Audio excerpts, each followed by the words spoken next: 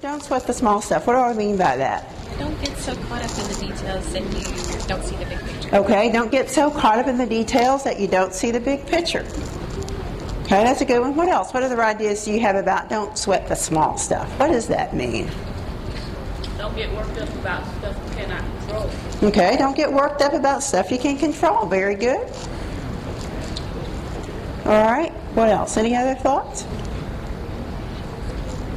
All right, on your table, you have some pennies. There are a few pennies. There's not enough for everybody, but those of you, if you've got a penny close to you, grab your penny.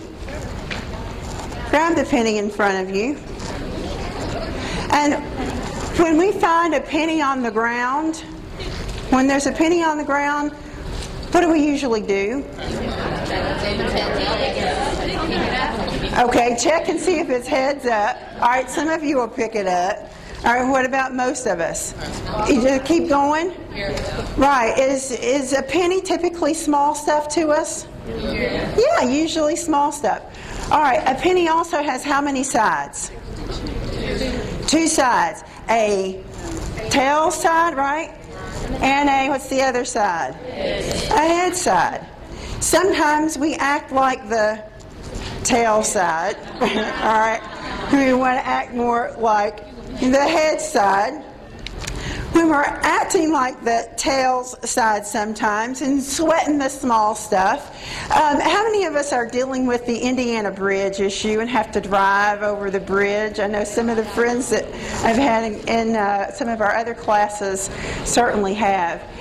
And especially those first few days, right after the other bridge closed and you had to come down 65, how frustrating was that?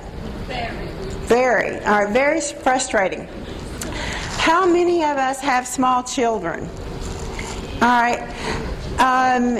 How many times in the mornings when your small child is getting dressed do they decide that they want to wear the plaid shirt, pink shirt with the red striped pants and the purple and the yellow shoe? Can you relate to that? Yeah, okay.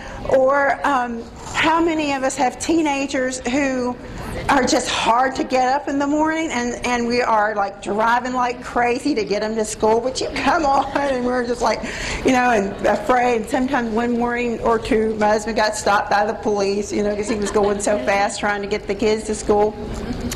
So what happens when we get to work?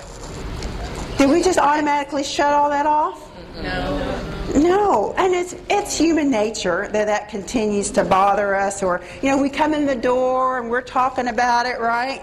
And we're complaining, and, you know, so even though, you know, that really is small stuff compared to when your patients and families come in dealing with life and death, right? So one of the things that we have to do is not sweat the small stuff. Try to let it roll off and be there, be ever present for the needs of our patients and our families.